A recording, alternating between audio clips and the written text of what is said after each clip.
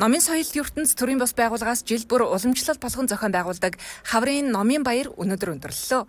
Илүү их уншиг суурайтай энэ удаагийн номын баяраар нийслэлийн төв талбайд 3 өдрийн турш зохиолчид, уншигчид уулзан ярилцаж, номоо солилцож, өргөн дэлгэр болж өнгөрлөө. Ер нь хүмүүс их өөр болжээ.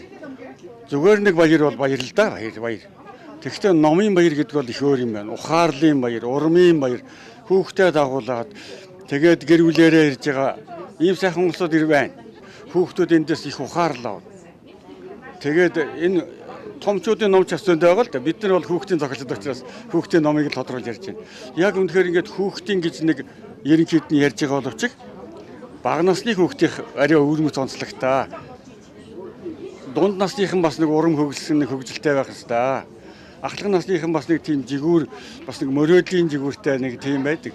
Тэгэхээр энэ энтриг бид нар шийгээгээд хүүхдүүдтэй ярьж хөрөхт бол бас би энэ өдрийн номын баяраа сууж байгаа боловч хүүхдүүдээсээ бас их сайхан ирж инээрийг бас нэг санаа авч байна. Хүүхдүүдийг чинь уран бэлгэлдэг сайхан юм шүү дээ.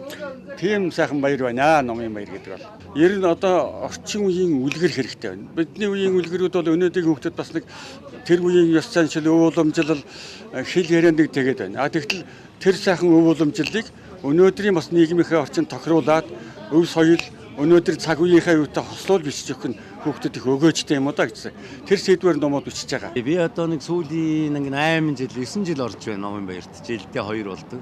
Тийм. Тэгээд анхан үеийн бодвол одоо их залуужж байна.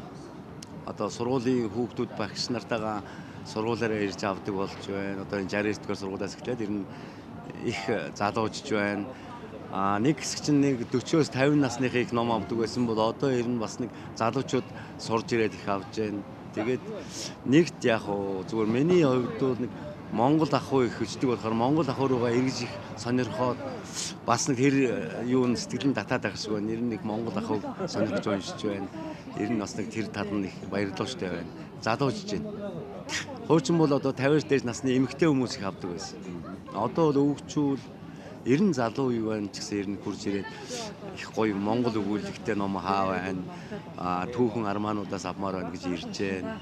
Энэ их ер нь их өргөн дэлгэр болж байна. 37 дахь удаагийн номын баярт Монголын үндэсний мэдээллийн Монцомын агентлаг өөрийн асрыг байршуулж, иргэд хүүхэд залууст ном унших соёл дадал хэвшүүлэх, номтой нөхөрлөх эерэг хандлага бий болгох, зохиолч, туйрвигч, идэвхтэн бичигчид ном хэвлэлийн салбар нийтийн уншлагыг дэмжин сурталчлах зорилго агуулсан юм. Энэч зорилгоо амжилттай гүйцэтгэж, ирсэн хүн болгон гэртээ хараад унших номтойгоо буцаж байлаа. Өдөр номын баярт оролцоод ер нь бол ялангуяа одоо зохиолч одоо агуу одоо манай нэртэй зохиолчдынхаа номнуудаас бол нэлээд худалдаж авч байна. Бадарчгаа номыг авлаа. Одоо Гасангаа номыг одоо худалдаж авах гэж зогсож байна. Бас ер нь одоо энэ Монголынхаа одоо нэртэй мундаг яг өөрсдөө гарын үсгийг зураад өөрсдөөс нь авах амар мэдрэмжүүд тэгэхээр сайхан байлаа тий. Тэгэхээр үнэхээр сайхан байна. Энэ арга хэмжээ бол бас цаг үе явсан тий бидний үед бол бас энэ хүмүүсийгээ байхад энэ Монголынхаа энэ нэртэй зохиолчдынхаа одоо би ингээд бичлэн өөрсдөө ингээд уулзаад явж явах сайхан байлаа. Ном унших дуртай.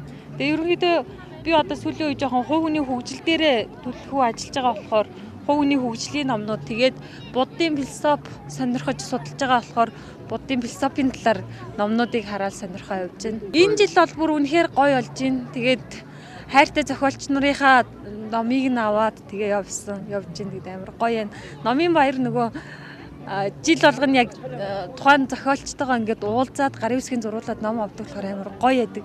Тэгээ энэ жил амар өргөн болж байгаа амар гоё юм тий. Global Odds гэдэг нэг юм ном авсан. Энийг зүгээр 5,000 төгрөгөөр авсан. Айгу үнцэнтэй ном авчих шиг боллоо. Үнэлгээ нь 4.6 айгу сайн ном бахаар нь авсан. Энэ Little Prince гэдэг энийг авахыг айгу хүсдэг байсан. Тэгээ сая авчаад. 7 дахь өдөр ажилласаа гараад яг ирчээ. Тэг өнөөдөр дахиад ирчээ. Ер нь айгу гоё штэ. Жил болгоо ингээ болтогт айгу баяртай байдаг. Уусаа нөө залуу хүмүүс айгу их байдаг болохоор Улаанбаатарт тэгэд номын баярыг айгу их хүлээдэг. Дуртай баярууд нэг. Үндэсний мэдээллийн Монцомын агентлагаас эрхлэн гаргадаг Мөнгөөрөө цөөхөн сонины хамт олон номын баярын үеэр Япон хэл соёлын өдрөлийг зохион байгуулсан юм а. Энэхүү өдрлийн үеэр урлагийн тоглолт, цаас нугалж дүрс бүтээх, Япон хоол хийх үзүүлбэр, амталгаа, Япон орны тухай хэн сайн мэдэх вэ асуулт хариултын уралдаан зэрэг олон арга хэмжээ боллоо. Мөн жил бүрийн номын баяраар номын соёлт ертөнц төрийн бус байгууллага уншихад хүртээмжтэй номын жагсаалтыг гарган уншигчдад хүргэдэг уламжлалтай. Энэ удаагийн байгаль экологийн чиглэлийн онцлог 50 номыг Монголын зохиолч болон орчуулгын бүтээлүүдээс санал болгожээ. Хүүхдүүдийн уншиж байгаа номнуудаас нь байгаль экологтой холбоотой ямар ном нь илүү их хэрэгцээтэй байна гэдгийг харсан. Оюутнуудаас хүүхдүүдээс санал авсан.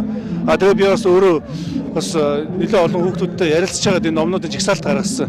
Өөрөөр хэлбэл энэ байгаль экологтой холбоотой энэ 50 ширхэг ном бол ингээ уншихад өнөөдрийн орчин үеийн ойлголт болон уламжлалт ойлголт бүх зүйлүүдийг одоо мэдэж болох шинжтэй ном байна.